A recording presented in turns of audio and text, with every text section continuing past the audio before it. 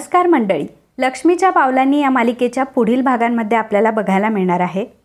अद्वैत आणि कला दोघंही एकमेकांशी भांडत असतात, परंतु भांडता भांडता त्यांना एकमेकांवर प्रेम झालंय ही गोष्टच त्यांच्या लक्षात येत नाही. तर नैनाचं आणि राहुलचं काही व्यवस्थित चालू नसतं. राहुल नैनाला न सांगता बाकी मुलींना भेटायला काय जात असतो, त्यांच्यासोबत फिरत काय असतो, या सगळ्या गोष्टी आता नैनाला जाणवत असतात. सोबतच राहुल फक्त घरामध्ये पडून असतो आणि तिला ही गोष्ट समजलेली असते की राहुल काहीही कामाचा नाहीये.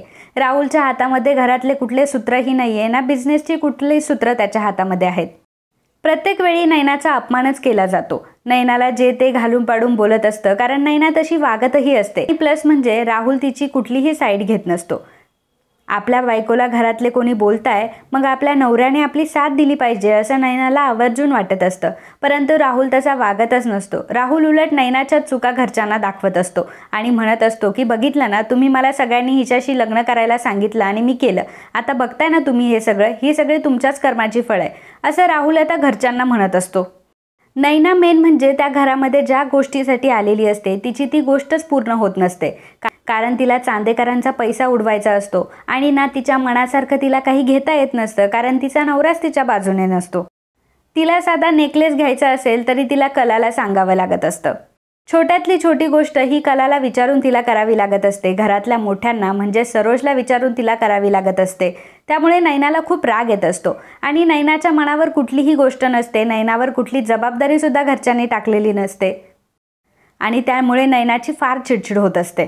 कलाचं मात्र घरामध्ये सगळीकडेच कौतुक होत असतं. जे ते कलाचं कौतुक करत असतं, फक्त सरोज सोडून. नैनाला मात्र ते अजिबात बघवत नसतं. नैना विचार करत असते की मी माझ्या प्रेग्नन्सीचं एवढं मोठं खोटं बोलली आहे. मी ह्या चांदेकरांना सांगितलंय की मी त्यांना त्यांचा नातू देणार आहे, वंश देणार आहे, तरीसुद्धा हे चांदेकर माझ्यावर अजिबात लक्ष देत नाही आणि प्रत्येक वेळी फक्त कला कला आणि कला एवढंच करत असतात. मला काहीही करून ह्या कलाला अक्कल शिकवावीच लागेल. आणि कला खूप महान बनते ना घरामध्ये, का प्रत्येकाची मनं जपते ना.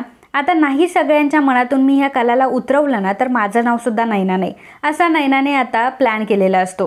परंतु सगळ्यात पहिल्यांदा तिचा प्लॅनचा हा हिस्सा असतो की अद्वैतला आणि कलाला तिला वेगळं करायचं असतं. आणि मग तिला आठवतं त्या मागच्या गोष्टी. तिला आठवतं की अद्वैत माझ्यावर किती प्रेम करायचा, अद्वैतचा जीव माझ्यामध्ये किती अडकला होता आणि मी अद्वैतसाठी किती इम्पॉर्टंट होते.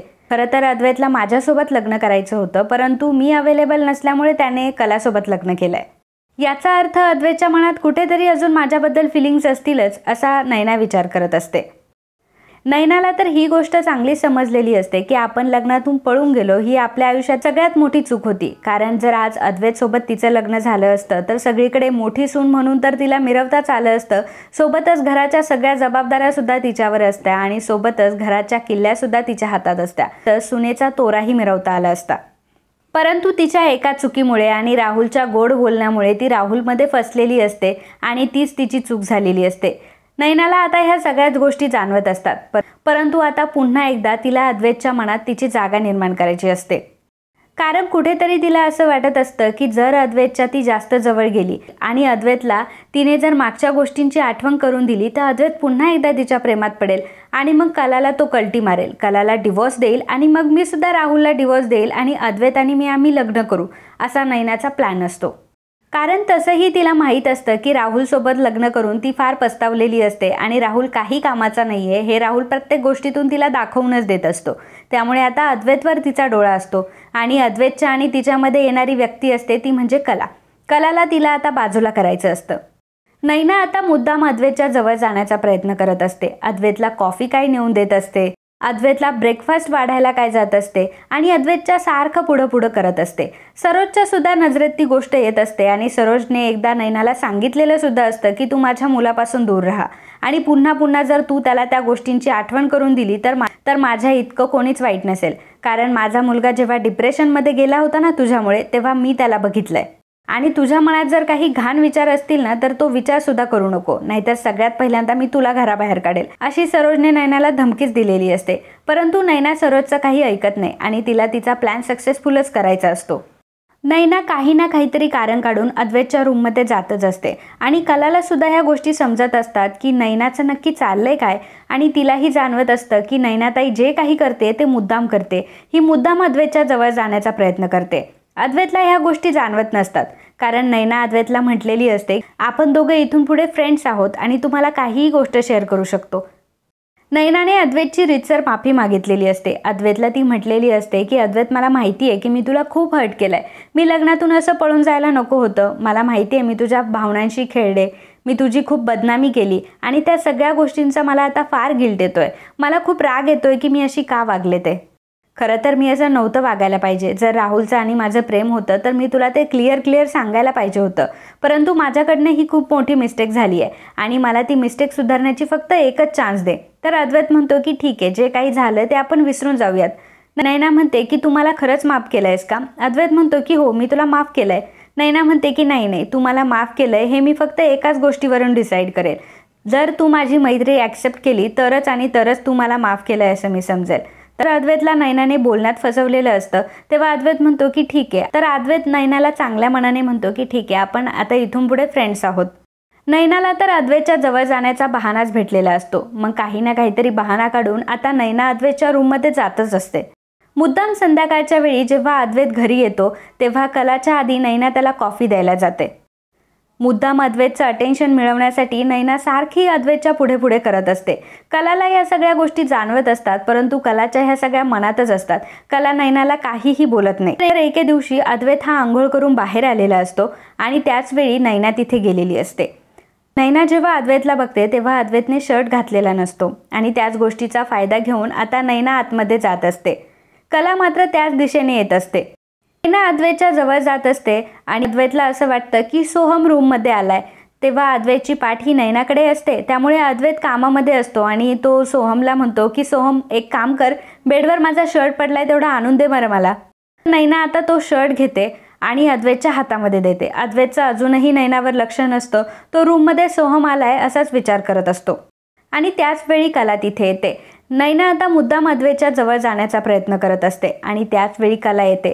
कलाला ही गोष्ट समजते की नैनाताईचे इंटेन्शन अजिबात चांगलं नाही आहे आणि नैनाताई कुठल्या अर्थाने आणि कुठल्या हेतूने अद्वैतच्या जवळ जातीये आणि कुठल्या नजरेने त्याला बघतीये, ही सगळी गोष्ट सगळं आता कलाला समजलेलं असतं. त्यामुळे कला आता नैनावर जोरात ओरडते. नैनाला ती म्हणते की नैनाताई, हे सगळं काय आहे? आणि मग तेव्हा कुठे अद्वैतचं नैनावर लक्ष जातं.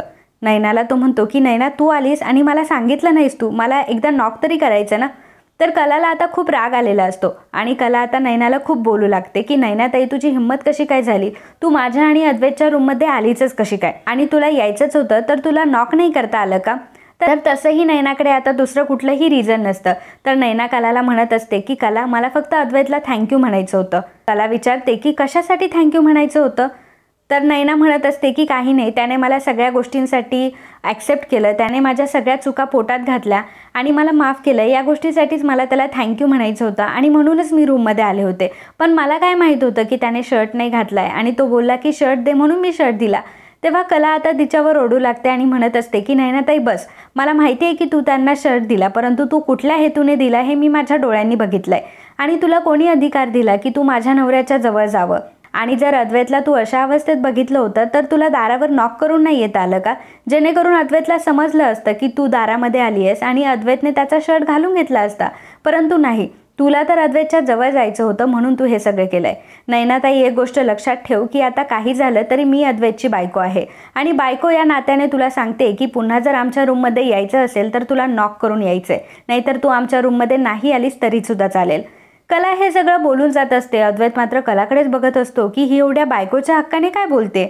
परंतु त्यावेळी कला मात्र खूप जेलस फील करत असते आणि तिला खूप राग आलेला असतो की नैनाने अद्वैतकडे बघितलेलं असतं आणि अद्वैतबद्दल ती फारच पॉझिटिव्ह झालेली असते आणि म्हणूनच नैनाला ती बोलत असते. नैनाला तिने चांगलंच झापून काढलेलं असतं. तर अद्वैत सुद्धा आता नैनाला सुनावतो. नैनाला तो म्हणतो की नैना, कला जे बोलते ते अगदी बरोबर बोलते.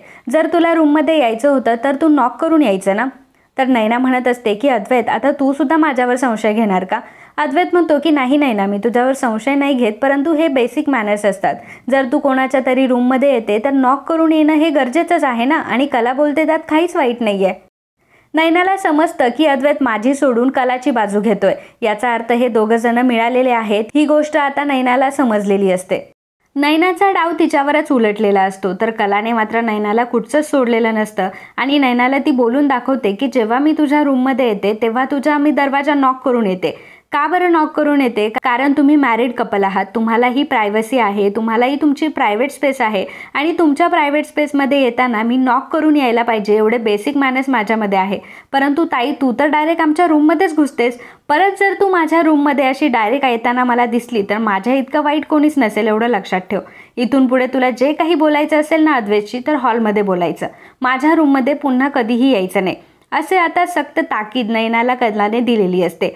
कलाचं ते रूप बघून नयनाच घाबरलेली असते आणि नयनालाही प्रश्न पडलेला असतो की याचा अर्थ कला माझ्याशी अशा टोनमध्ये सुद्धा बोलू शकते आणि कला जर अद्वैतबद्दल एवढी पॉझिटिव्ह होतीये याचा अर्थ कलाचं अद्वैतवर प्रेम आहे हे 100% खरं.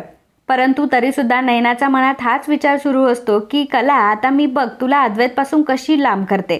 आता तुला अद्वैतवर प्रेम झालंय ना, तर अद्वैत आता काहीही करून मलाच हवाय. तसंही लहानपणापासून तुला आवडणाऱ्या सगळ्या गोष्टी मलाच आवडतात आणि जर तुला आता अद्वैत आवडायला लागलेला असेल तर आता तो मलाही आवडायला पाहिजे. नाही तुमच्या दोघांचा डिवोर्स करून मी अद्वैतशी लग्न केलं ना तर माझं नाव सुद्धा नयना नाही, असं आता नयनाने मनोमन कलाला चॅलेंज केलेलं असतं. तर कलाने सुद्धा अद्वैतची बाजू घेऊन नयनाला झापलेलं असतं. त्यामुळे अद्वैत सुद्धा हैराण असतो आणि अद्वैतला सुद्धा वाटतं की कला आपल्याबद्दल पॉझिटिव्ह होतीये. खरं तर अद्वैतला कलाबद्दल फिलिंग्स यायला सुरुवात झालेली असते. कला ही खूप चांगली मुलगी आहे आणि कला जशी दिसते तशी नाहीये. आपण कलाबद्दल खूप वाईट विचार करतोय, कला तशी मुलगी नाहीये ही गोष्ट आता अद्वैतला समजलेली असते आणि कुठेतरी कला ही त्याच्याबद्दल पॉझिटिव्ह झालेली असते, त्याचा एवढा विचार करत असते आणि कलाला जी जलन झालेली असते त्या गोष्टींचं अद्वैतला हसू येत असतं आणि तेवढंच त्याला भारीही वाटत असतं. तर मित्रांनो, असेच लक्ष्मीच्या पावलांनी या मालिकेचे ट्विस्ट एपिसोड आपण आपल्या चॅनलवर टाकत असतो.